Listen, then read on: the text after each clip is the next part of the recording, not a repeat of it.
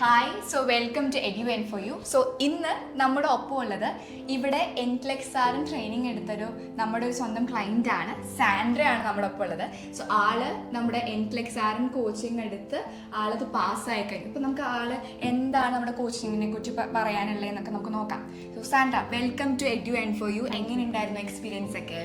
Experience നല്ലതായിരുന്നു. കാരണം കുറച്ചുകൂടി കംഫർട്ടബിൾ ആയിരുന്നു ടൈമിങ്സ് അല്ലാതെ. അതുകൊണ്ട് തന്നെ ഫസ്റ്റ് അറ്റംപ്റ്റിൽ തന്നെ ക്ലിയർ ചെയ്യാൻ പറ്റി. ആദ്യമായിട്ടല്ലേ എക്സാം എഴുതിയത്? അപ്പൊ എങ്ങനെയുണ്ടായിരുന്നു നമ്മുടെ ഫസ്റ്റ് റിസൾട്ട് കണ്ടപ്പോൾ, സാൻഡ്രയുടെ പേര് പാസ്റ്റ് എന്ന് പറഞ്ഞ് കണ്ടപ്പോൾ എങ്ങനെ ഉണ്ടായിരുന്നു? ആ ഫീലിംഗ് എങ്ങനെ ഉണ്ടായിരുന്നു? ഞാൻ ഭയങ്കര ഹാപ്പി ആയിരുന്നു. കാരണം എക്സാം എഴുതുമ്പോൾ എനിക്കത് കുറച്ച് ടഫായിരുന്നു. പക്ഷേ മാഡം പറഞ്ഞിട്ടുണ്ടായിരുന്നു ടഫാണെങ്കിൽ നമുക്ക് ഉറപ്പിക്കാം, നമ്മൾ എന്തായാലും പാസ്സാവുന്നത്. അത് കഴിഞ്ഞ് ഞാൻ മാഡത്തിനെ തന്നെയാണ് ഫസ്റ്റ് വിളിച്ച്.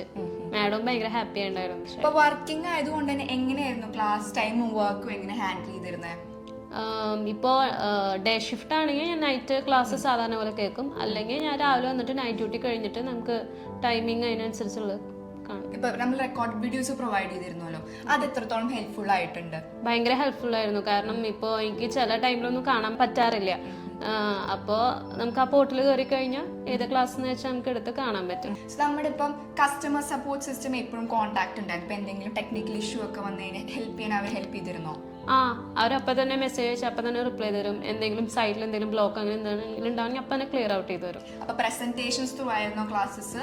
എങ്ങനെയായിരുന്നു? ജസ്റ്റ് ക്ലാസ് പോലെയായിരുന്നോ അതോ പ്രസന്റേഷൻസ് ആയിരുന്നു? അല്ല, മിക്സ്ഡ് ആണ്. എല്ലാം കൂടിയിട്ടുള്ള ക്ലാസ്സസ് ആയിരുന്നു. പ്രസന്റേഷൻസ് ഉണ്ടാവും, പിന്നെ Q&A പോലെ ക്വസ്റ്റ്യൻ ചോദിക്കും, പിന്നെ ലാസ്റ്റ് വീക്കിലി ലാസ്റ്റ് ആയിട്ട് എക്സാം പോലെ ഉണ്ടാവും.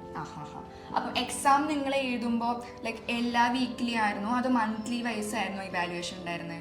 വീക്ക്ലി വൈസ് ആണ്. ഓരോ സിസ്റ്റം കഴിയുമ്പോൾ എക്സാംസ് ഉണ്ടാവും. ഓക്കെ. അപ്പം ഈ ഒരു ട്രെയിനേഴ്സ് എങ്ങനെയായിരുന്നു മൊത്തത്തിൽ? ജസ്റ്റ് ഇങ്ങനെ നിങ്ങൾക്ക് മോട്ടിവേഷനും ക്ലാസ്സും അടക്കം എല്ലാം ഒരു കോംബോ ആയിട്ടുള്ളായിരുന്ന ക്ലാസ്സുകളായിരുന്നു? ഏതായിരുന്നു ഇഷ്ടപ്പെട്ടത് സാൻഡ്രയ്ക്ക്? മാഡം എന്ന് വെച്ചാൽ ഭയങ്കര ഫ്രണ്ട്ലി ആയിരുന്നു. പിന്നെ ഇപ്പോൾ നമ്മളങ്ങനെ ഇപ്പോൾ പഠിക്കാതെ വരാണെങ്കിലും ആളുടെ ക്ലാസ്സിന് നമ്മൾ ജസ്റ്റ് ഒന്ന് നോക്കിയിട്ടുണ്ടാവണം. മാഡം ക്വസ്റ്റ്യൻ ചോദിക്കും ഫസ്റ്റ് തന്നെ.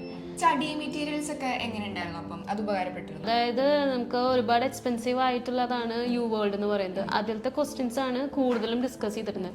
അതുപോലെ കോഴ്സ് കഴിഞ്ഞിട്ടും ചെയ്യാനായിട്ട് ആർച്ചർ റിവ്യൂ പോലെയുള്ള ഇത് തന്നിരുന്നു ചെയ്യാനായിട്ട്. അത് ഒരുപാട് ഹെൽപ്പ് ചെയ്തിട്ടുണ്ടായിരുന്നു. നമ്മുടെ ഈ സർവീസ് ഇനി വരുന്ന കുട്ടികൾക്കോ നഴ്സസിനോ റെഫർ ചെയ്യോ?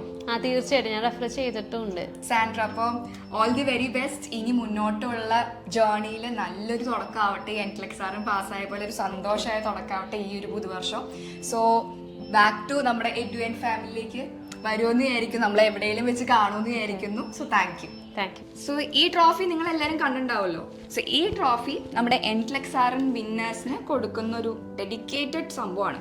സോ ഈ ട്രോഫി നമ്മൾ നമ്മുടെ എൻക്ലെക്സാറൻ വിന്നറായ സാൻഡ്രയ്ക്ക് കൊടുക്കാൻ പോകുന്നു. So Sandra, thank you.